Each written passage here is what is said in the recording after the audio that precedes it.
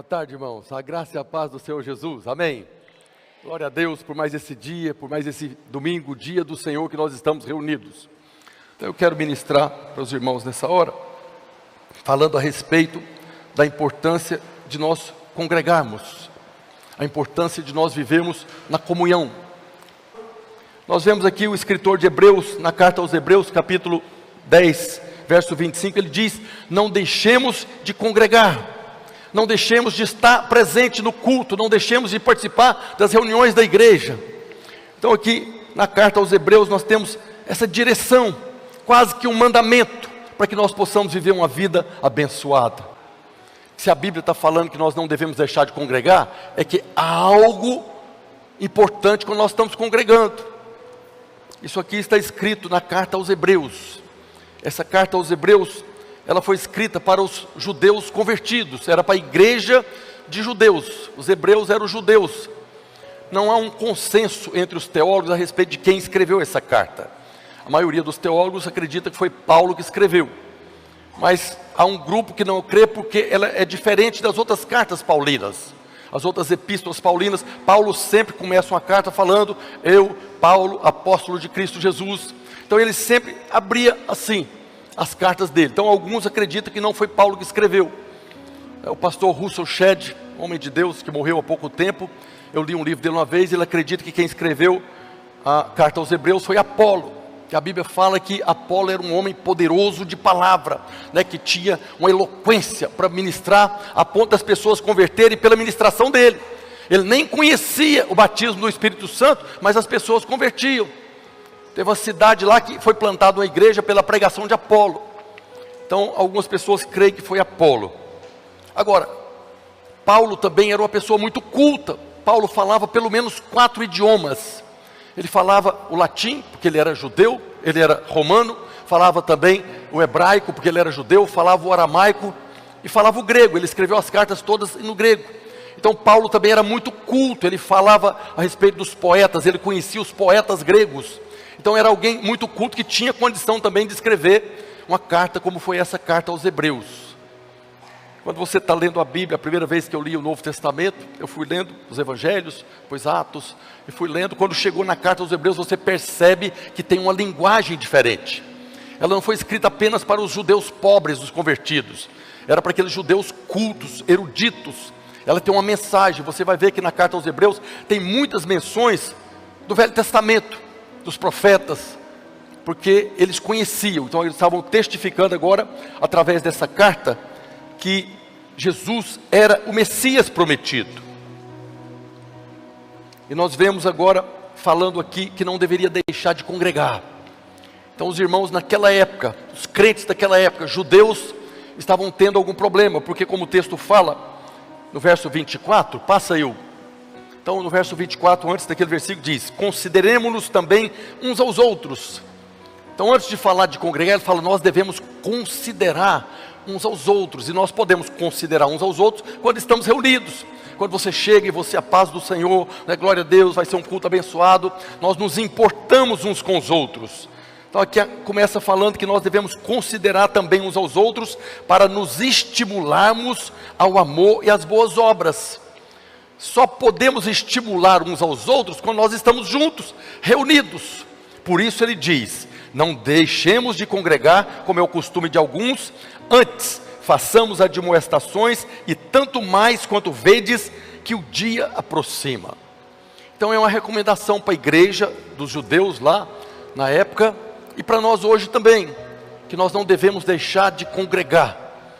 Nós devemos nos reunir para estimularmos uns aos outros ao amor e às boas obras, e também fazer admoestações, porque nós estamos vendo que o dia se aproxima. Essa palavra congregar, nesse texto de Hebreus, lá no original grego é epsunagoge. Epsunagoge. Sunagoge é sinagoga. E o ep é um prefixo do grego que significa no centro, que significa estar em cima. Então a palavra epsunagoge, que é o congregar, significa estar junto, estar reunidos, estar todos centralizados. E no contexto da Bíblia, se você vê aí na Bíblia, tem uns números de Strongs, você coloca o dedo aí na Bíblia Oliver Tree, você vai ver que fala que congregar é uma reunião em um lugar. É uma assembleia religiosa dos cristãos. Então, quando está falando aqui de congregar, está falando de uma reunião onde todos estão juntos. Mas alguns irmãos têm uma interpretação diferente. Eles falam, não, eu congrego na minha casa. Eu reúno na minha casa e a mesma coisa, eu estou congregando. Não importa onde, o importante é congregar.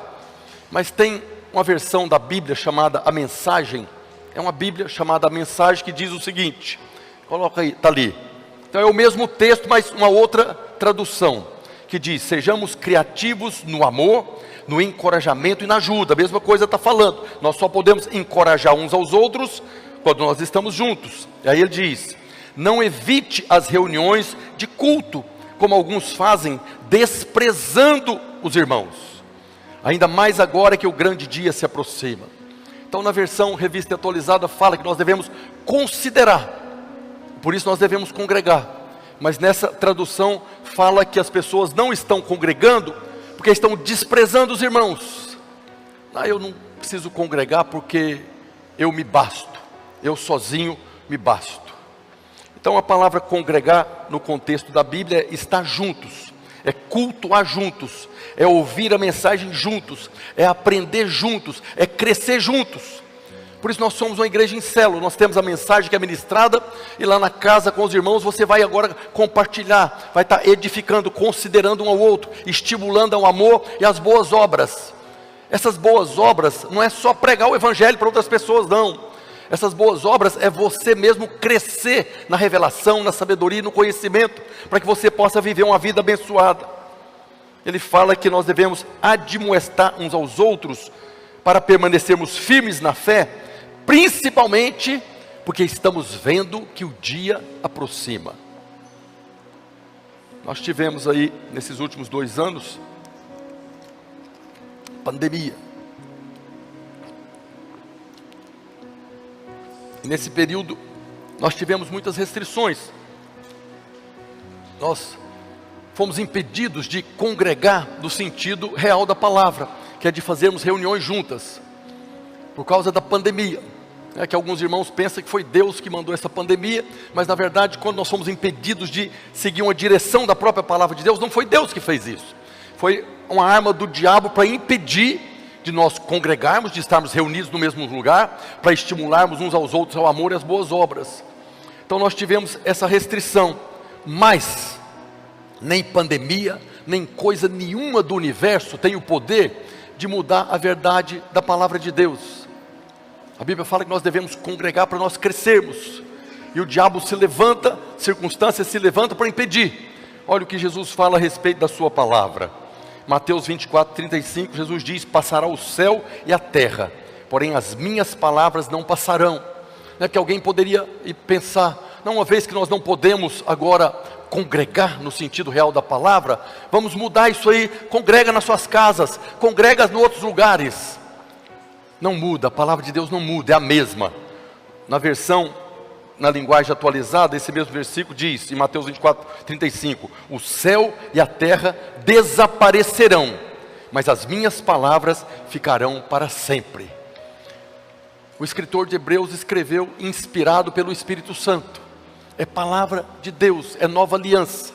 Não deixe de congregar como é o costume de alguns. Ele está falando lá para os judeus, 2000 anos atrás. Mas será que hoje tem pessoas deixando de congregar também? Sim ou não? Tem irmãos que não vêm por muitos motivos. Sempre tem um motivo. Nunca a pessoa vai chegar e falar, não fui porque eu não quero ir. Ainda que tem algumas pessoas que fazem isso. Mas baseado no que Jesus falou aqui, nós queremos e precisamos muito mais hoje reafirmar o ensino claro das Escrituras. Nós precisamos permanecer na revelação do texto escrito. Quando nós falamos de hermenêutica, de exegese, que é a interpretação do texto, nós interpretamos conforme o que está escrito. E se está dizendo que não devemos deixar de congregar, não tem nada que nós possamos acrescentar. Não tem jeito de congregar porque tem a pandemia, não tem jeito de congregar porque não tem dinheiro, não tem jeito de congregar porque nós não temos um lugar para congregar. Nada pode mudar essa verdade que Deus falou, não deixe de congregar. Mas qual que é o problema? Por que nós estamos ministrando essa mensagem? Porque infelizmente aí nos últimos tempos aí, surgiu aí um grupo de pessoas, eu creio que são frutos aí dessa geração mimimi, dessa geração do não me toque, dessa geração que ninguém pode falar nada para ninguém, o pai não pode repreender o filho, o patrão não pode repreender o funcionário, o pastor não pode corrigir a ovelha.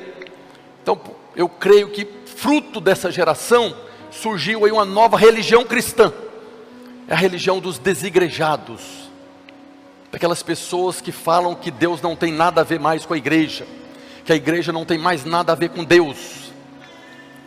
É algo completamente fora do que a Bíblia nos ensina. Mas essas pessoas se levantaram contra a igreja, que ninguém precisa de igreja para adorar a Deus, ninguém precisa de sinagogue para adorar a Deus. Você pode adorar em qualquer lugar, em todo o tempo, desprezando o que a Bíblia fala. Mas isso é mais uma mentira do diabo.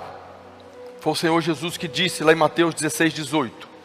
Ele falando para os discípulos: eu edificarei a minha igreja e as portas do inferno não prevalecerão contra ela. Esse texto aqui Jesus está falando, eu vou edificar a minha igreja. O que Jesus está falando aqui é que qualquer coisa, qualquer pessoa que se levante para impedir, para mudar a edificação da igreja, Jesus está falando que está associado com as portas do inferno, não prevalecerá. Qualquer pessoa que se levante, qualquer ensino que se levante contra a edificação da igreja, falando que ninguém precisa de igreja, pastor, tudo é ladrão, esse povo aí é tudo bitolado, tudo fanático. Qualquer pessoa que se levanta falando contra a igreja, Jesus está falando, estão associados às portas do inferno, que não prevalecerão contra a igreja. Diga glória a Deus. Às vezes você está pensando, pastor, mas eu estou aqui congregando, por que eu estou ouvindo essa mensagem? Essa mensagem tem que ser falada para quem está lá fora, para quem não veio, para os desigrejados. Paulo fala que toda a escritura é inspirada por Deus e útil para ensino, para repreensão, correção e educação na justiça.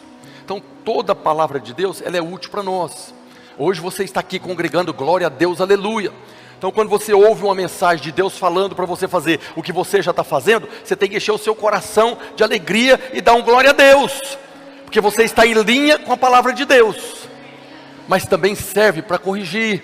Às vezes você está vindo aqui, mas você não está sentindo nada, acho que eu vou parar. Tem algo trabalhando aí na sua mente, no seu coração, que não está fazendo diferença nenhuma eu participar dos cultos, participar da célula. Então essa mensagem é para corrigir você, para repreender você. Tem alguém tentando tirar você da congregação dos santos. Por fim também a palavra de Deus é para nos ensinar, nos educar na justiça, a justiça de Cristo. A igreja nasceu no dia de Pentecostes, aqueles discípulos todos foram salvos, porque Jesus morreu na cruz. Foi por causa da justiça de Deus em Cristo, que nós podemos reunir aqui hoje. Nós não reunimos aqui por nenhum outro motivo, a não ser, como Paulo fala, por causa do Cristo que morreu e ressuscitou. Tudo que nós fazemos, tudo que nós empreendemos, seminário de casais, seminário de mulheres, encontro, culto, células, por causa do Cristo que morreu e ressuscitou. Se nós não tivermos a revelação do Cristo que morreu e ressuscitou, não precisamos reunir. Aí realmente a nossa reunião é uma reunião tola, vã, social. E se você está aqui por causa de um evento social, tem reuniões muito melhores lá fora. Se você vem participar aqui por causa dos irmãos, tem reuniões muito melhores lá fora. Nós estamos aqui por causa do Evangelho, da Boa Nova, para fortalecer no nosso coração a revelação que eu não sou dessa terra, eu não sou desse mundo. Jesus já me transportou para o reino dele, eu faço parte do reino, e essa reunião é a reunião dos cidadãos do reino dos céus, é a reunião dos cidadãos que estão vindo do império das trevas. Quantas vezes nos nossos cultos pessoas levantaram a mão, nasceu de novo, foram transportadas do império para o reino, debaixo do governo do imperador, o diabo, para o reino do Filho do amor. É por causa dessas reuniões. Não estou falando só da nossa reunião, estou falando de todas as igrejas que reúnem nesses 2000 anos, pregando o Evangelho. Nós estamos aqui por causa do Cristo morto ressuscitado. Esse é o grande valor que nós temos, essa é a nossa glória. Nós fomos alcançados por essa mensagem. Estamos aqui para cada dia mais sermos cheios dessa mensagem, para proclamarmos essa mensagem lá fora. Viver a vida cristã fora do contexto da igreja. É a pessoa se levantar e dizer: eu não participo da obra que Jesus está realizando. Jesus falou: eu vou edificar minha igreja. E a pessoa fala: eu não preciso de igreja. Ele está fora. Aí tem pessoas que falam: não, isso aí é tudo endemoniado, não nasceu de novo. Infelizmente, existe essa mensagem porque tem pessoas que nasceram de novo e caíram no engano do diabo. E quando você está ouvindo essa mensagem, é porque você possa perceber que há uma direção de Deus para nós congregarmos. Lá fora está falando que isso aí é só para vocês ir lá dar dinheiro, né? Todo culto tem que dar o dinheiro, tem que entregar o dízimo. É o pastor que quer que você fique reunido só para entregar dinheiro para a igreja. Você acredita que as pessoas falam isso? Eu já falei. Antes de converter, eu falei muito isso, né? Na verdade, esse é um chavão na boca do ímpio. Do ímpio. O ímpio falar contra a igreja é normal. Ele não conhece, ele não experimentou. Mas infelizmente hoje tem crentes, nasceram de novo, mas estão debaixo de um espírito de engano tão grande, que estão falando palavras que os ímpios falam. O ímpio fala porque o coração está cheio disso, porque é escravo do diabo. O diabo está acusando a igreja. Mas quando um filho de Deus, que nasceu de novo, por causa da obra da cruz, começa a falar do corpo, do cabeça que é Cristo, tem algo muito errado nessa história. A pessoa está negando a edificação do Cristo. O Senhor está nos edificando por causa do sangue que foi derramado, por causa do preço que foi pago. Mas eu creio, e é verdade isso, que esse é só mais um dos muitos ataques que a igreja vem sofrendo aí no decorrer da história. Quando você estuda a história da igreja, você vai ver quantas vezes os irmãos foram perseguidos de morte.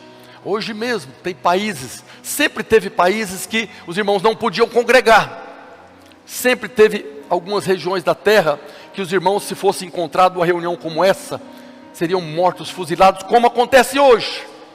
Falamos alguns domingos atrás de irmãos congregando, escondidos nas cavernas, na Coreia do Norte. E o governo tem lá os seus espiões. Jesus fala: os da casa é que são os inimigos. Normalmente quando acontece como aconteceu lá, são pessoas próximas, talvez familiares, que falaram: tem uns crentes reunidos na caverna, tal lugar. O governo foi lá e matou todo mundo.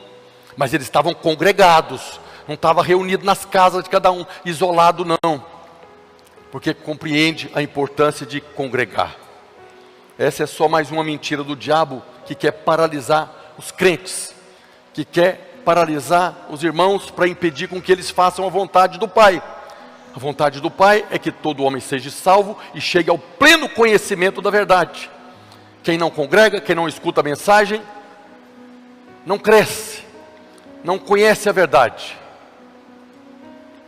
Isso é tão sério na palavra de Deus. Olha o que Caifás falou no Evangelho de João. Caifás é aquele sumo sacerdote nos dias de Jesus. Quando Jesus estava aqui na terra, o sumo sacerdote do templo era esse homem chamado Caifás. E ele, mesmo sendo aquele que perseguiu Jesus de todas as maneiras, que foi usado pelo diabo para colocar Jesus na cruz, presta atenção no que ele diz lá no Evangelho de João, capítulo 11, verso 49. Caifás, porém, um dentre eles, sumo sacerdote naquele ano, advertiu-os dizendo, falou lá para a turma do Sinédrio: vós nada sabeis, nem considerais que vos convém que morra um só homem pelo povo, e que não venha a perecer toda a nação. Aí João fala: ora, ele não disse isto de si mesmo, mas sendo sumo sacerdote naquele ano, profetizou pelo Espírito Santo que Jesus estava para morrer pela nação, e não somente pela nação, mas também para reunir em um só corpo os filhos de Deus que andam dispersos. Caifás, endemoniado, perseguindo Jesus, criando estratégias de todas as maneiras para matar Jesus. E houve um momento que o Espírito Santo veio sobre ele, porque ele estava na posição, o sumo sacerdote era alguém estabelecido, uma autoridade estabelecida por Deus para ministrar no Santo dos Santos do templo. E nesse momento, João está dizendo que ele profetizou que Jesus estava para morrer, para reunir em um só corpo os filhos de Deus que estavam espalhados. Jesus morreu para reunir os filhos, Mas tem gente hoje falando que tem que esparramar, cada um vai viver a sua vida cristã esparramado. Paulo também fala muitas vezes a respeito do corpo. Na carta aos Romanos, capítulo 12, verso 5, Paulo diz: assim também nós, conquanto muitos, somos um só corpo em Cristo e membro uns dos outros. Membro uns dos outros, nós devemos estar juntos para que a vida de Deus flua no nosso meio. Ele fala na primeira carta aos Coríntios, capítulo 10, verso 17, porque nós também, embora muitos, somos unicamente um pão, um corpo, porque todos participamos de um único pão. Ainda na carta aos Coríntios, capítulo 12, verso 12, porque assim como o corpo é um e tem muitos membros, e todos os membros sendo muitos constituem um só corpo, assim também com respeito a Cristo. Mesma carta, verso 20, o certo é que há muitos membros, mas um só corpo, o corpo de Cristo não está dividido na terra.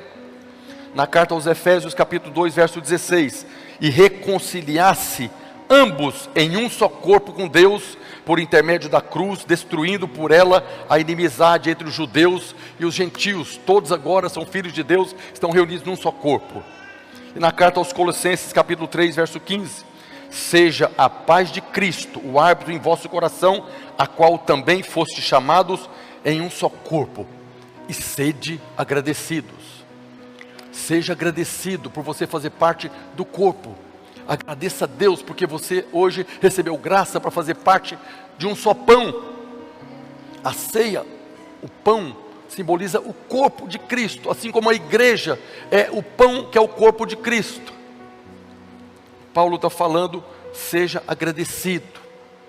Considere os irmãos, como fala em Hebreus.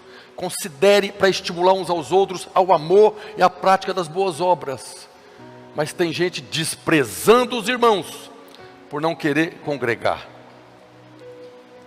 Aí você fala, pastor, mas tem muito problema na igreja. É verdade, tem muitas pessoas que reúnem por muitos motivos que não é congregar. Sempre teve problema. Eu não estou aqui falando de pessoas que estão nas igrejas fazendo coisas erradas. Tem pessoas sim que vêm para o culto por outros motivos. Mas a grande maioria dos irmãos que reúnem todo mundo nas igrejas, eles reúnem para adorar a Deus, para cultuar a Deus, para ouvir a mensagem, para ser lavado da sujeira desse mundo, para ser purificado da condenação, para ser edificado. Que o Senhor está edificando a sua igreja pela palavra e pelo Espírito. E quando nós estamos reunidos como um só corpo, participando de uma reunião como essa, o Senhor está tirando as impurezas, está te purificando, está te lavando. Talvez a sua mente anda contaminada por esses chamados desigrejados, e você começa a aceitar a opinião deles. Não são tolos. Nunca desconsideramos os ardis de Satanás que está usando esse povo para disseminar mentira da cabeça dos irmãos, para que daqui a algum dia você também seja um desigrejado. Não preciso, eu continuo vivendo a minha vida cristã abençoada. Adoro meu Deus, adoro meu Pai, leio a Bíblia, eu oro todos os dias. Quando você lê Lucas 15, a parábola do filho pródigo, ele saiu da casa.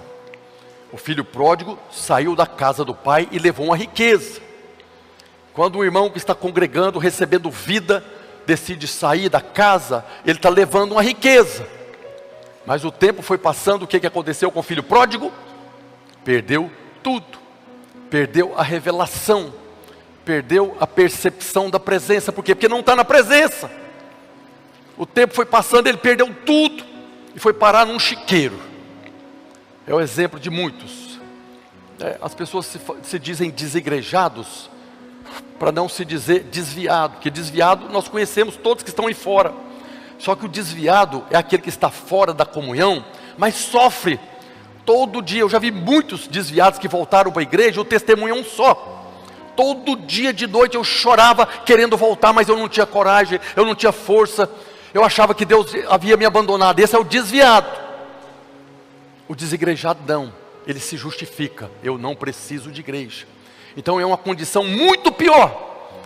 Porque o desviado, ele ama o Senhor. Ele sabe do valor da presença.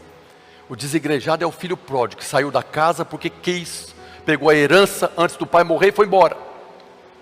Mas chega o dia que a herança acaba. A presença vai embora. Porque está vivendo num ambiente que não tem presença. A glória se foi. É o Icabod. Se foi a glória. A grande maioria dos irmãos que reúnem para ouvir a palavra, serem alimentados, para louvar e para adorar o Senhor. Nós cremos que a nossa casa é uma extensão da igreja. Nós cremos que a nossa casa é um lugar de adoração, é um lugar de louvor, é um lugar de ministração também. Faz parte do slogan da nossa visão. A nossa visão, o nosso encargo é edificar uma igreja de vencedores, onde cada membro é um sacerdote, cada casa uma extensão da igreja. Por que nós cremos que a casa é uma extensão da igreja? Porque a igreja não está limitada ao prédio, não está limitada à congregação. A igreja continua acontecendo depois que nós saímos daqui. A igreja continua acontecendo no seu trabalho, continua acontecendo na escola, continua acontecendo, você está viajando de férias na praia, a igreja está lá, porque você não é membro da igreja, você é a igreja. Onde você está, a igreja está. Então nós cremos sim, que a nossa casa é uma extensão da igreja, porque lá também nós somos igreja. Mas é muito importante que a igreja é sinagogue. A igreja congregue, esteja reunido, participando de uma reunião para cultuar. Pastor Luiz falou uma frase forte: a sua casa e a sua família, apesar de ser igreja, não substitui a igreja. A reunião do pai, a mãe e os filhos não substitui a igreja. Eu não estou falando que não tem valor, tem muito valor, tem uma glória quando você reúne na sua casa. Todos nós deveríamos ter reuniões na nossa casa. Congregamos uma vez por semana, 2 quando você vai na reunião da célula. Mas você deveria ter reuniões todos os dias na sua casa, para orar, para ler a Bíblia, para compartilhar da palavra de Deus. Mas são glórias diferentes. Quando você reúne na sua casa, há uma medida de glória. Quando nós reunimos aqui, há uma outra medida de glória. Quando você reúne na sua casa, tem uma unção, tem poder do Espírito Santo. Mas quando nós estamos reunidos aqui, há uma outra medida de glória, uma nova unção, uma outra unção aqui sobre nós. Eu gosto sempre de falar que cada um de nós fomos revestidos da glória de Deus. Quanto mais irmãos reunidos, mais glória de Deus nós temos. Quanto mais nós estamos aqui um do lado do outro, mais o Senhor está nos edificando. Mesmo você estando do lado desse irmão, esse irmão que está do seu lado aí, que nasceu de novo, ele está revestido da glória. Lembra de Adão no Éden, antes da queda? Ele era revestido da glória. O irmão que está do seu lado aí, ele carrega uma medida de glória. O simples fato de você estar do lado desse irmão, Deus está operando, edificando o corpo. Porque a vida flui entre os membros do corpo.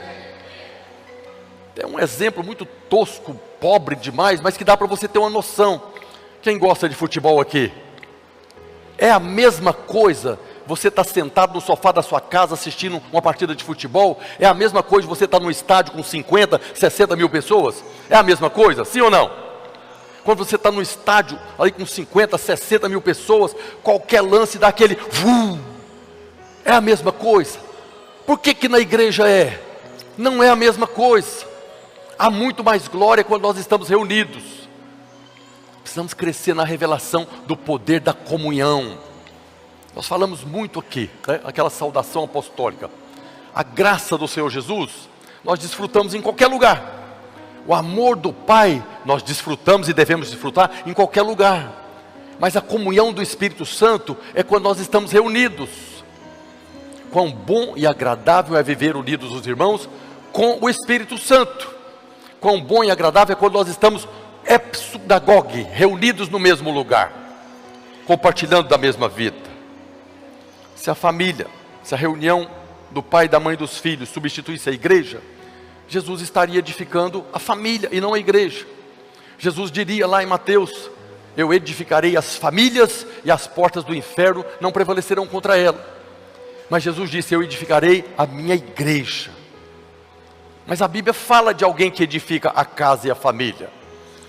Lá no livro de Provérbios, capítulo 14, verso 1, está escrito que a mulher sábia edifica a sua casa, mas a insensata, a tola, com as próprias mãos, a derruba, a destrói, a derriba. Existem muitas mulheres de Deus, mulheres sábias, que estão orando, chorando diante de Deus, para que os maridos desviados, desigrejados, voltem a congregar. Existem muitas mulheres chorando diante de Deus, para que a sua casa volte a estar no meio dos irmãos, da comunhão do Espírito Santo. Qualquer um que vive a vida da igreja, que experimenta os poderes da era vindoura, que se afasta, Se a mulher continua congregando, ela vai perceber claramente como que ele está desviando. Ele acha que está na mesma posição em Cristo, não está. Ele está desviando, começa com amigos ímpios, começa agora a participar de reuniões ímpias, começa agora uma cervejinha, não sei o que aqui, lá na frente está um buraco. A esposa sábia, que está vivendo essa condição, ela está vendo o marido desigrejado, que acha que está na mesma glória, indo para o buraco. São mulheres de Deus, que edificam a casa. Paulo faz uma analogia, comparando a igreja com a família. Nós somos a família de Deus, mas a família de Deus vive reunida. Tem muitas semelhanças entre a igreja e a família, mas a sua família na sua casa não substitui a igreja. A família de Deus não é apenas a sua casa reunida, são todas as famílias reunidas no nome do Senhor. Agora, quem crê que a família é suficiente, que a reunião do pai, da mãe e dos filhos é suficiente, estão debaixo de um espírito de engano, estão caindo no buraco, e mais triste ainda, estão levando os seus filhos para o buraco. Que aqueles que um dia estiveram na igreja, experimentaram da unção, da glória, da presença de Deus, um dia eles arrependem lá e voltam, só que estão ensinando os seus filhos que não precisa de igreja. Quando um pai chega para o filho e fala, não precisa de igreja, não vai dar dinheiro para pastor ladrão, ele está ensinando a criança no caminho que deve andar, e ainda quando for velho, não desviará dele. Ele está ensinando o filho a não andar nos caminhos do Senhor, e ainda quando for velho, o filho vai estar lá fora. Isso aí é a experiência do novo nascimento, indo para o inferno. O próprio pai, a mesma boca que poderia abençoar, está amaldiçoando agora a sua descendência. Os filhos precisam de outros referenciais. Filhos precisam reconhecer outra autoridade. Filho precisa reconhecer a autoridade do policial, precisa reconhecer a autoridade do médico, reconhecer a autoridade do advogado, a autoridade do professor, a autoridade do pastor. Pastores são estabelecidos por Deus numa função no corpo. Não somos melhores do que ninguém, não sou melhor do que ninguém. Eu apenas tenho uma função no corpo do qual eu estou congregando. Não é uma missão especial, é apenas uma função no corpo. Sou tão ovelha quanto você é ovelha. Mas Deus estabelece pessoas em posições, estabelece o médico, o policial, o professor, o pai, a mãe e o pastor também. Filhos precisam relacionar com outras crianças, outros garotos, outros jovens. Eles precisam relacionar com pessoas cheias do Espírito Santo. Eles precisam relacionar com jovens que oram, que têm experiências com Deus, que compartilham o testemunho. Filhos que estão na vida da igreja, ouvem o testemunho do colega. Pode ser criança, juvenil, adolescente, tem um testemunho. Quantos testemunhos nós vimos já de criança nos encontros. E aí se o seu filho está junto com uma criança que foi cheio do Espírito Santo, ele vai querer ser cheio do Espírito Santo. Mas se ele está junto com as crianças lá do mundo, congrega na casa com o pai e da mãe, e ele está vivendo com os primos que não são da igreja, que tiveram uma experiência poderosa porque ganhou um brinquedo não sei do que lá, ele vai querer ser cheio do quê? Do brinquedo, e não do Espírito Santo. Nossos filhos precisam ter experiências sobrenatural, muito além daquilo que o mundo pode oferecer. Os filhos precisam olhar também para o pastor e dizer, é homem de Deus, prega o evangelho. As pessoas lá fora ouvir o pastor falando isso, falam, tá vendo? É isso aí, está se gabando, está se colocando acima um dos outros, de maneira nenhuma. Nossos filhos precisam de referenciais. Um pai que é médico, o filho reconhece a medicina. Mas o filho que não tem um pai médico, ele não reconhece a medicina. Precisa conhecer um médico para reconhecer o policial, reconhecer o professor. Todos nós sabemos que já há uma década ou mais, os alunos não respeitam mais professor, não respeitam mais diretor. No tempo que eu era criança, que eu estudava, uns 1500 anos atrás na escola, quando a professora falava, murchava. E quando a professora falava, vou mandar para a secretaria, acabou, queria que o chão abrisse, a terra me engolisse, medo, respeito. Hoje, aluno está batendo em professor, mas uma criança, que o pai ou a mãe é professor, não pensa dessa maneira, sim ou não? Porque a mãe e o pai mostram para eles o valor que tem o professor. Uma criança que o pai é policial, ele sabe o valor que tem um policial. Uma criança que o pai é pastor, sabe o valor que tem. Agora, aquele filho seu, que não é filho de pastor, não é filho de professor, não é filho de policial, você tem que ensinar o valor que essas funções têm na sociedade e no corpo de Cristo. Amém, irmãos? A igreja tem muitos erros, sempre teve. Um dos argumentos dos desigrejados aí é porque a igreja hoje perdeu a essência.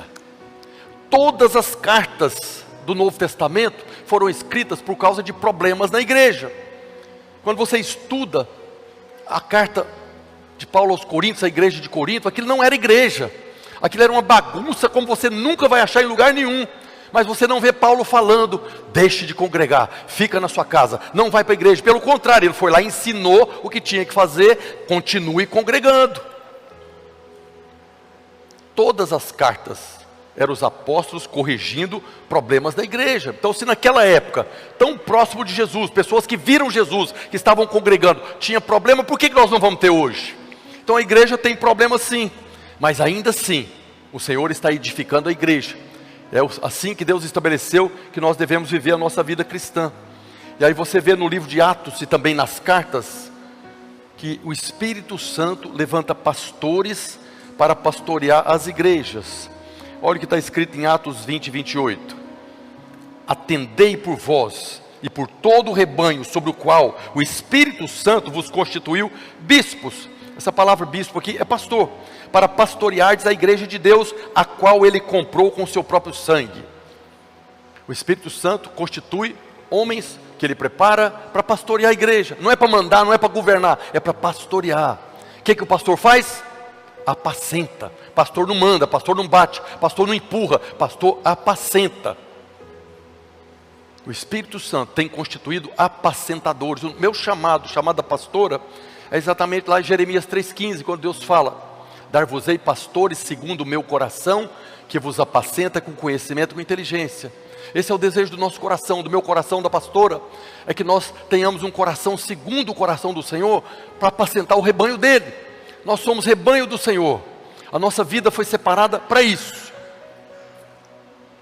Você vê lá em João 21, Jesus falando com Pedro. Pedro foi o apóstolo. Jesus falou para ele: Pedro, tu me amas? E Pedro falou: sim, tu sabe que me ama. O que Jesus falou para ele? Apacenta meus cordeiros. 3 vezes apacenta, cuida das minhas ovelhas.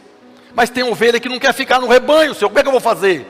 Vai atrás dela, a ovelha perdida, vai atrás dela, pega ela, põe nos ombros, traz de volta. Cuida das minhas ovelhas. O Espírito Santo tem levantado pastores para buscar as ovelhas. A ovelha não quer vir, então eu vou orar agora para que o Senhor possa ir lá, trazer arrependimento do coração dela, mudança de mente, para que ela possa voltar a congregar, para estimularmos uns aos outros, considerando uns aos outros, ao amor e às boas obras.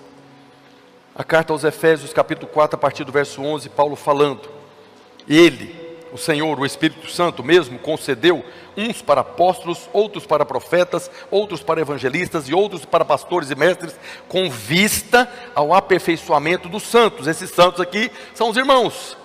Então o Espírito Santo constituiu apóstolo, profeta, evangelista, pastor e mestre para aperfeiçoar, para treinar os santos. Para quê?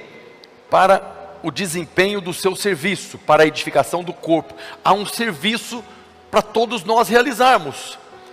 Os apóstolos, profetas, evangelistas, pastores e mestres estão aqui treinando os santos para cada um de vocês realizar o serviço da edificação do corpo, até que todos cheguemos à unidade da fé e do pleno conhecimento do Filho de Deus, à perfeita varonilidade, à medida da estatura da plenitude de Cristo. Esses 5 ministérios estão relacionados à edificação da igreja. Os desigrejados, quem está lá fora, não recebe influência de ninguém. Esses ministérios são homens que Deus separou para influenciar os santos, os irmãos, para que eles possam crescer e cada um realizar o seu papel dentro do corpo. Mas quem está lá fora não recebe influência de ninguém.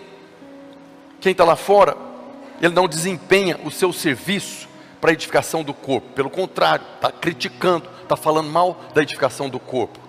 Quem está lá fora não participa da unidade da fé. Ele tem uma fé sozinho. A fé dele é que Deus não tem mais nada a ver com a igreja. Então a igreja foi excluída por Deus. Então a fé dele é suficiente lá fora. E nisso não há edificação. Para nós, O melhor lugar para nós podermos estar é congregados na presença de Deus. Não existe outro lugar melhor para nós estarmos.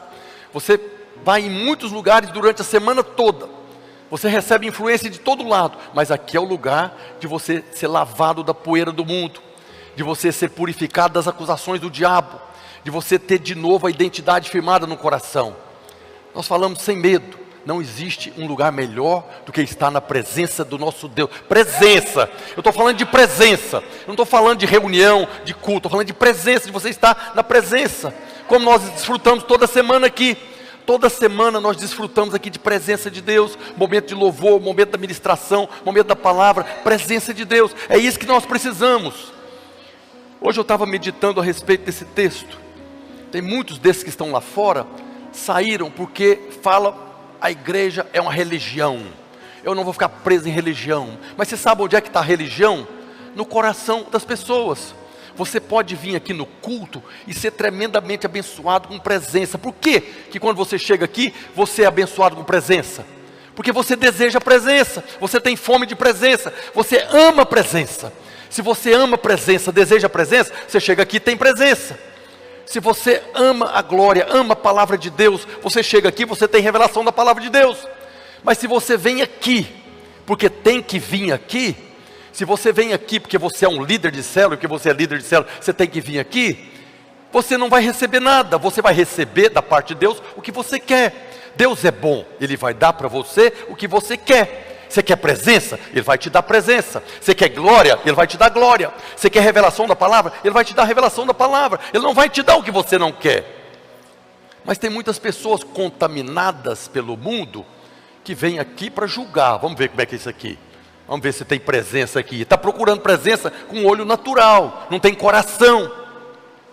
O Senhor não vai se revelar para essas pessoas. Nós temos da parte de Deus o que nós desejamos. Por isso que a revelação é, Ele me ama, e porque Ele me amou, eu amo. Eu amo porque Ele me amou primeiro, e porque Ele me amou, eu amo, agora eu quero a presença dEle. E se eu desejo presença, é o que nós oramos o tempo todo, para que haja presença, para que haja presença. Quantas vezes nós oramos aqui, Senhor, gera fome no coração da igreja, gera desejo no coração da igreja, muda a história da igreja, coloca fome. Uma vez um pastor falou lá em Goiânia, na videira e na vinha, nosso pastor presidente é um mestre da palavra de Deus, então nós não temos problema com palavra. Ele falou um dia que nós não temos problema de comida, nós temos pão com fartura. Agora, um pão com fartura vai saciar quem tem fome. Você pode estar diante de um banquete tremendo, se você não tem fome, você não vai comer nada. Diga misericórdia. Nós precisamos de fome. Fome, o Senhor tem dado para nós alimento, mesa com fartura, nós precisamos de fome. Se nós queremos crescer, queremos avançar, precisamos de fome, mais fome, mais fome. Fome de Deus, fome da presença, fome da glória, fome da revelação. E o Senhor vai nos edificar. Algumas razões pelas quais nós devemos congregar. Estou avançando um pouco. Primeiro, é porque o fim está próximo. A primeira razão para nós reunirmos congregado é porque o fim está próximo. O escritor de Hebreus diz, antes façamos admoestações, e tanto mais quanto vedes que o dia se aproxima. Aqui ele está falando, façamos admoestações uns aos outros, e tanto mais devemos reunir, porque o dia se aproxima. Esse tanto mais aqui significa que, como nós estamos percebendo que o dia se aproxima, então nós devemos reunir, mais vezes. Tanto mais significa que devemos congregar mais ainda. Porque estamos vendo o dia aí na sua Bíblia está escrito com D maiúsculo. Então esse dia aí é o dia da volta de Jesus. O dia onde a igreja será arrebatada, que nós cantamos aqui, a igreja será arrebatada. A igreja será arrebatada naquele dia. O dia do Senhor vai ser o dia da grande tribulação. E os sinais que nós estamos vendo, irmãos, é muito claro. Não tem nenhum teólogo aí falando que isso tudo já aconteceu, sempre aconteceu guerra, mas está todo mundo percebendo, nunca houve uma pandemia como foi essa pandemia, nunca houve uma guerra tão perigosa quanto essa guerra que está acontecendo lá na Ucrânia e na Rússia, nunca teve uma guerra tão perigosa com relação ao mundo todo, em relação a essa guerra, nunca aconteceu uma pandemia nem uma guerra como essa. Então são sinais que a Bíblia nos revela, de que o dia está próximo. Mateus 24:6, Jesus dizendo: e certamente ouvireis falar de guerras e rumores de guerra, vede e não vos assusteis, porque é necessário assim acontecer, mas ainda não é o fim, ainda não é a grande tribulação.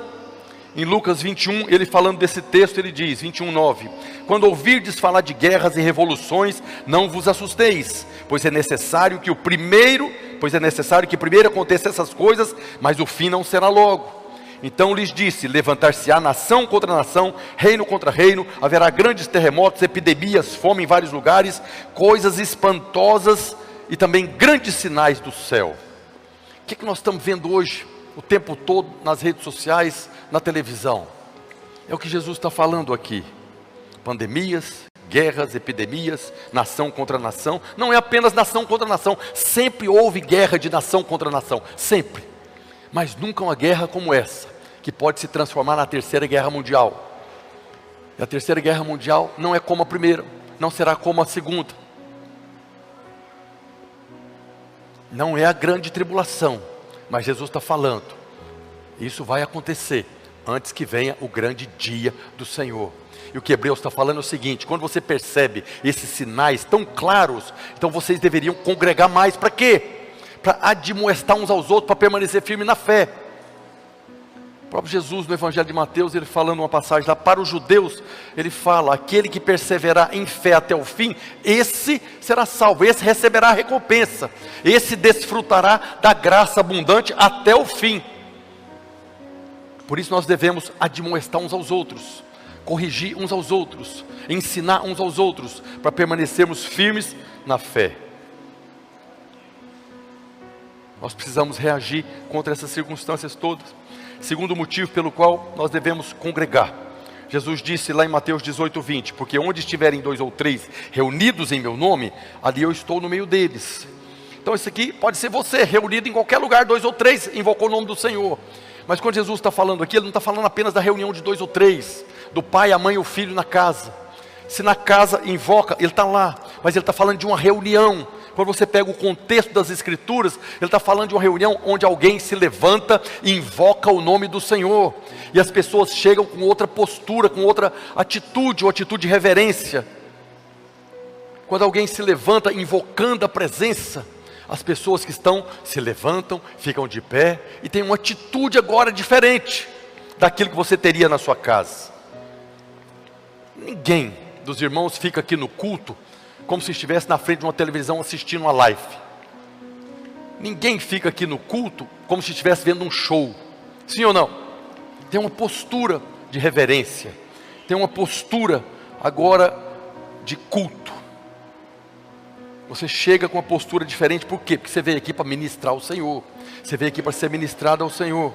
Você ouve a palavra com atitude reverente e reconhece que é palavra de Deus.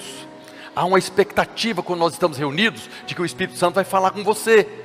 Você tem que ter essa expectativa: eu estou indo lá porque o Senhor vai falar comigo, através da palavra, através do irmão, através de um dom do Espírito Santo. Quando nós estamos reunidos, há uma expectativa de que algo de Deus vai ser acrescentado na minha vida. Essa é a postura de quem está reunidos no nome do Senhor. No tempo da pandemia, os irmãos assistiram, talvez hoje mesmo você participa de cultos, né, pela live. Você tem a mesma postura? Quando o pastor fala, fique de pé no seu lugar, aí lá na sua casa você fica de pé? Tem irmãos que ficam. Mas uma vez a irmã compartilhou lá uma foto do cidadão em pé na cama, segurando as cobertas aqui. Quando o pastor fala, fique de pé onde está, ele está deitado na cama. O pastor fala, ele levanta com as cobertas. Não é a mesma postura de quando você está aqui. Você assiste o culto na live? Nós assistimos, glória a Deus, pela internet. Mas você tem a mesma postura, sim ou não? Aí você vai lá, pega um café, né, traz o prato de comida, está comendo e assistindo o pastor falando, nossa, que revelação, aleluia. Eu assisto o culto na internet. Eu estou lá sem camisa, né, às vezes de cueca. Os irmãos vêm assim para o culto? Não vêm. Então há uma reverência, há uma postura diferente. Com certeza você é muito mais abençoado nessa medida de glória, nessa postura, que quando você está na sua casa. Precisa mudar nossa mente. Tem muita gente A pandemia acabou, mas ele continuou participando. Não é a mesma coisa. E esse negócio do engano do diabo é tão grande. Por causa da pandemia, nós passamos quase 2 anos fazendo culto de um dia aqui. Eu mesmo falei para vários irmãos, não perdemos nada de fazer um culto. Sim ou não, irmãos? Nós falamos que tinha muita glória no nosso encontro aqui, um dia de salvação. Então nós vamos sendo conduzidos para um ambiente onde nós pensamos que é a mesma coisa. E nesse final de semana passada, nós percebemos claramente que não tem nada a ver uma coisa com a outra. Quem esteve lá sabe que não tem nada a ver uma coisa com a outra. O encontro de 3 dias com um dia de salvação. Quer dizer que não tinha glória aqui no dia de salvação? Tinha muita glória. Tanto que nós pensamos que era a mesma coisa. Mas quando você volta para a posição que Deus preparou para nós, aí você percebe a diferença. Eu não quero fazer mais um dia de salvação. Eu não quero fazer mais um dia no prédio. Eu quero 3 dias, se possível 4, 5, 6. Mais glória. Quando nós estamos reunidos no nome do Senhor, a promessa de Jesus é, vai ter presença. E se tem presença, tem glória, tem unção, tem vida. Somos transformados de glória em glória, tem poder de Deus. Terceiro motivo, porque é importante congregar. Quando nós reunimos, há o fluir da unção de Deus. Lá em Atos 2:1 diz, ao cumprir-se o dia de Pentecostes, estavam todos reunidos, cada um na sua casa. Está escrito isso lá. Estavam todos reunidos no mesmo lugar. É sinagogue. Estavam todos congregados no mesmo lugar. Não estava cada um na sua casa. Estavam reunidos ali buscando a presença. E quando nós estamos reunidos, então há o liberar da unção. O que aconteceu? Pelo fato deles estarem ali, diz os teólogos, 10 dias. Eles talvez estavam sentados, talvez deitados lá no chão, 10 dias reunidos no mesmo lugar. Quando de repente veio do céu um som, como de um vento impetuoso, e encheu toda a casa, onde eles estavam reunidos no mesmo lugar. A unção veio porque eles estavam reunidos no lugar. Todas as vezes que nós estamos reunidos, então nós recebemos uma medida de unção da parte de Deus. Provérbios diz, a palavra de Deus ela é completa, né? Provérbios 18:1 diz, o solitário busca o seu próprio interesse e insurge-se contra a verdadeira sabedoria. Solitário é aquele que preocupa apenas com ele mesmo. Ele preocupa apenas com si mesmo, não está preocupado, como fala lá em Hebreus, desprezando os irmãos. Ele está preocupado com ele, o que ele tem. Então o solitário, ele está preocupado só com ele, não está preocupado com a edificação do corpo, não está preocupado com a edificação da igreja. E como ele não está preocupado com a edificação da igreja, não há manifestação do poder do Espírito Santo na vida dele. Porque a manifestação do Espírito Santo é para um fim proveitoso, Paulo diz. Paulo diz lá em 1 Coríntios 12:7, a manifestação do Espírito, a manifestação do poder do Espírito é concedido a cada um, visando um fim proveitoso. A um é dada a palavra de conhecimento, palavra de sabedoria, discernimento do Espírito, dom de cura, dom de milagres, para um fim proveitoso, para a edificação da igreja, para a edificação do corpo de Cristo. Jesus começou o ministério dele. Jesus era o homem aqui na terra, mas chegou um dia que ele começou a realizar os seus sinais. E ele começou numa festa de casamento. Foi num casamento que Jesus começou o ministério dele. Lá em João capítulo 2, verso 1 está escrito, 3 dias depois houve um casamento em Caná da Galileia. Achando-se ali a mãe de Jesus, Jesus também foi convidado com seus discípulos para o casamento. Depois no verso 11 diz, com este deu Jesus princípio aos seus sinais em Caná da Galileia. Manifestou a sua glória e os seus discípulos creram nele. Jesus poderia ter começado o ministério dele na casa dele, com o pai, a mãe, os irmãos, mas não começou. Jesus tinha uma família até grande, muitos irmãos, mas ele não começou lá na casa dele. Ele não está edificando família, está edificando igreja. Ele começou num casamento. Existe um símbolo muito poderoso, onde Jesus começou no casamento, porque esse casamento de Caná da Galileia aponta para o casamento do noivo e da noiva, a igreja.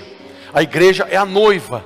Jesus era o noivo que estava no casamento, e houve um momento naquele casamento que a festa desandou, mas Jesus estava lá, presente num lugar onde tinha muitas pessoas reunidas no mesmo lugar, congregadas. Foi ali que ele começou os seus sinais. Aí você pode pensar, o que Jesus estava fazendo naquela festa lá? Estava lá no canto, lá abençoando o povo lá. Será que ele estava sentado, quieto no canto? Não, na festa de casamento. Naquele tempo, as pessoas dançavam com a noiva, celebravam com o noivo, levavam presente. E Jesus provavelmente fez tudo isso. E houve um momento que a festa vai acabar, porque acabou o vinho. Literalmente Jesus fez, a festa não acabou.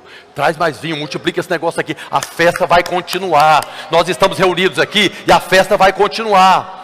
Até o dia do casamento. No dia do casamento, agora sim, nós vamos passar agora para um novo nível de relacionamento com o noivo.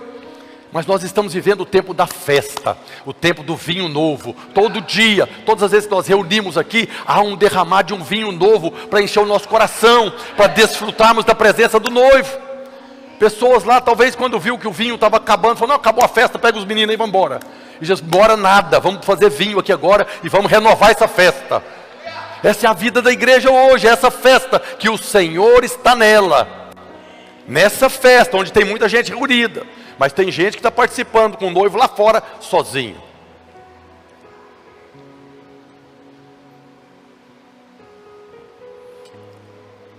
Há problema, às vezes, nós ficarmos sozinhos?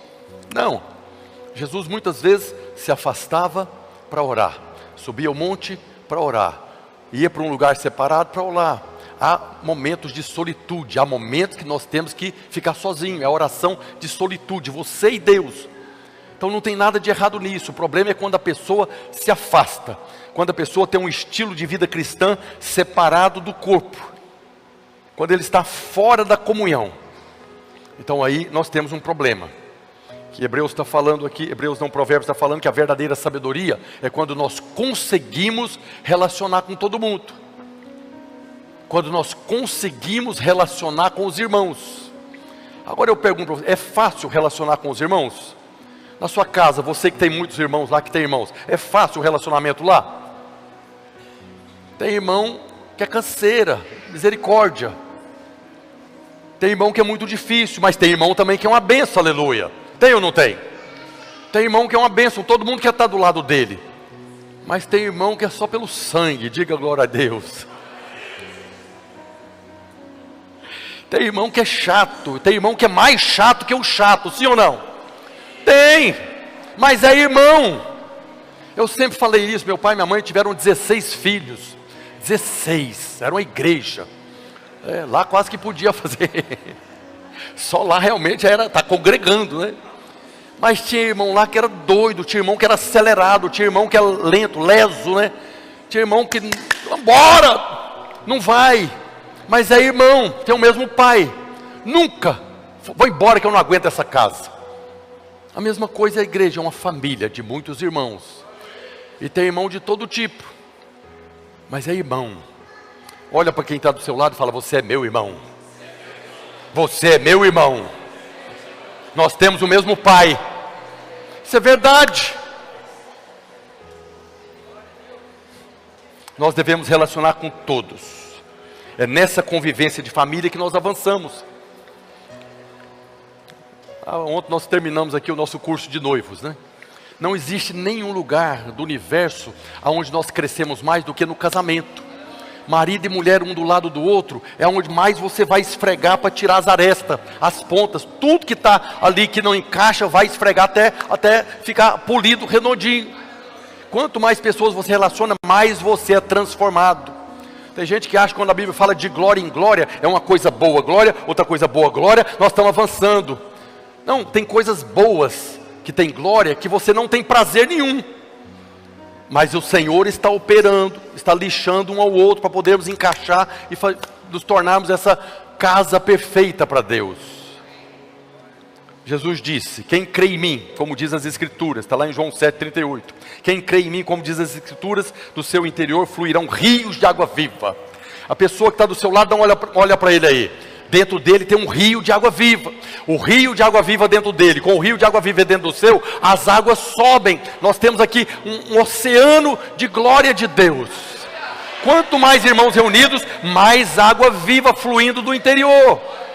E o irmão sozinho lá fora? O irmão que está sozinho lá fora, vai fluir o rio para algum lugar? Baseado na vida do filho pródigo, aquele rio foi contaminando, até que virou um chiqueiro. O rio, que era de água viva, se tornou morte. Mas nós crescemos quando essas águas se multiplicam. A igreja também está unida pelo sangue da aliança. A nossa comunhão é por causa do sangue da nova e eterna aliança. Tem irmão que não quer estar junto conosco hoje, mas ele não pensou que nós vamos passar por toda a eternidade junto. Ele acha que vai ter o lugar do desigrejado na Nova Jerusalém. Não tem, não tem. Lá vai estar todo mundo junto. E se eu tenho que aprender alguma coisa para ficar com os irmãos toda a eternidade, então que seja logo, que eu aprenda logo, sim ou não? Mas tem irmão que vai chegar lá achando que tem um palácio reservado para ele, sozinho, onde ele não vai ter que conviver com ninguém. Não tem nenhum lugar escrito na Bíblia isso. Todos nós seremos um só em Cristo. Um só em Cristo. Então é melhor que você comece a amar esse irmão que está do seu lado hoje. Comece agora a olhar para ele com esses olhos de amor, porque toda eternidade. Um dia um pastor falou que a dificuldade que você tem aqui hoje é que você vai viver lá. Se hoje você tem um porco espinho do seu lado, lá vai ser o porco espinho por toda a eternidade. Então aprenda a viver com ele hoje, que você vai ter uma vida de glória lá.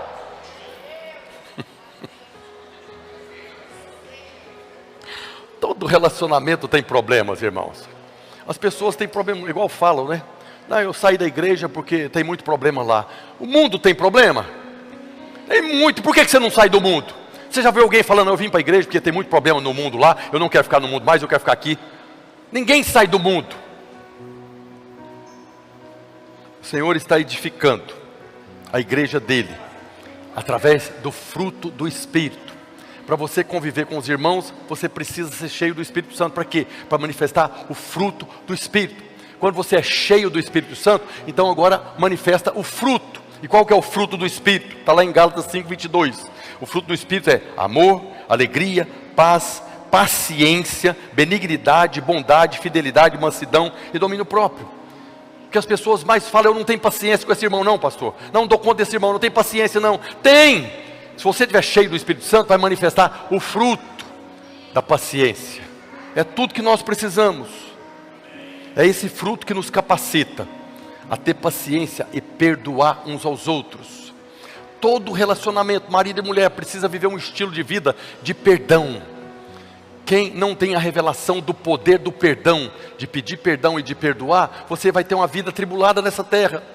Seja no casamento, seja com os irmãos na sua casa, seja na vida da igreja. Nós precisamos ter a revelação do perdão que foi liberado na cruz. A graça, o amor foi liberado na cruz, mas o perdão também. Eu amo porque ele me amou primeiro. Eu manifesto graça porque eu recebi graça. Eu perdoo porque ele me perdoou primeiro. E na vida da igreja, quanto mais você perdoar, mais você vai crescer. Lá em Efésios 4:32, Paulo diz, antes, sede uns para com os outros, benignos, compassivos, perdoando-vos uns aos outros, como também Deus em Cristo vos perdoou. A Bíblia fala o tempo todo, nós temos que perdoar uns aos outros. Por que nós temos que perdoar uns aos outros? Porque nós vamos magoar uns aos outros, vamos ofender uns aos outros. Seja com intenção própria ou sem intenção, nós ofendemos e somos ofendidos. Por isso que como corpo de Deus, nós temos que perdoar uns aos outros. A verdade, irmãos, encerrando essa mensagem, o Senhor está edificando a sua igreja, o seu corpo, a sua família, o seu exército, a sua lavoura. Tudo isso são comparações do Novo Testamento em relação ao corpo de Cristo. Tudo é coletivo, não tem nenhum. O Senhor está edificando um soldado, um membro da família, um pé de trigo, não é lavoura. O Senhor está edificando a sua casa. Olha o que Pedro fala a respeito da casa de Deus. Está lá em 1 Pedro 2,5. Também vós, como pedras que vivem, sois edificados casa espiritual para ser de sacerdócio santo, a fim de oferecer de sacrifícios agradáveis a Deus por intermédio de Jesus Cristo. Nós somos pedras vivas. Um dia nós éramos pedras mortas lá fora, mas o Senhor foi lá, pegou essa pedra, trouxe para essa edificação e Ele está encaixando cada uma delas, construindo uma casa. A casa não está pronta, mas cada um de nós, não somos tijolo que foi queimado no forno, somos pedras criadas por Deus, que o mundo nos deformou, mas agora Ele está trabalhando cada uma dessas pedras, para que elas possam, né, tinha uma expressão lá em Goiás, ficar bem calhada, bem encaixada, nessa construção que o Senhor está fazendo. Quando Jesus fala eu vou edificar, ele está usando uma expressão aí da engenharia, da construção mesmo. Ele está construindo a casa. Agora, como que ele está construindo a casa? Com pedras que vivem, pedras vivas. Está encaixando cada uma no lugar. Vai chegar o dia que essa casa está pronta. Esse é o grande dia do Senhor, onde nós seremos a habitação eterna de Deus. Amém? Fique de pé onde você está. Vamos orar para que o Senhor nos dê revelação dessa verdade. Ore ao Senhor para que Ele traga revelação, para que você nunca deixe de congregar, mas que você também não venha para o culto apenas por vir, mas que você venha para o culto para ser edificado, para ser encaixado. Pai, no nome de Jesus, nós oramos nessa hora, Deus, agradecemos ao Senhor pela Tua palavra que é poderosa, ó Deus, para nos ensinar, para nos repreender, para nos corrigir, para trazer, ó Deus, educação na justiça de Cristo. Nós oramos hoje, ó Deus, para que nós como igreja possamos crescer na revelação do poder que há quando nós estamos reunidos, no poder que há na palavra do Senhor que diz, quão bom e agradável é viver unidos os irmãos. Dê-nos a revelação, Senhor, da verdadeira igreja que o Senhor está edificando, a igreja que avança, a igreja que as portas do inferno não prevalecem. Livra-nos, ó Deus, de tomarmos caminhos que não são os caminhos do Senhor. Livra-nos, ó Deus, de termos um coração que despreza a companhia dos irmãos. Pelo contrário, que possamos, ó Deus, compartilhar cada dia, considerando uns aos outros, para nos estimular ao amor e às boas obras. Nós oramos hoje para que o Senhor faça de nós a verdadeira igreja que prevalecerá e que os frutos se multiplicarão. Nós oramos hoje em nome de Jesus. Diga amém.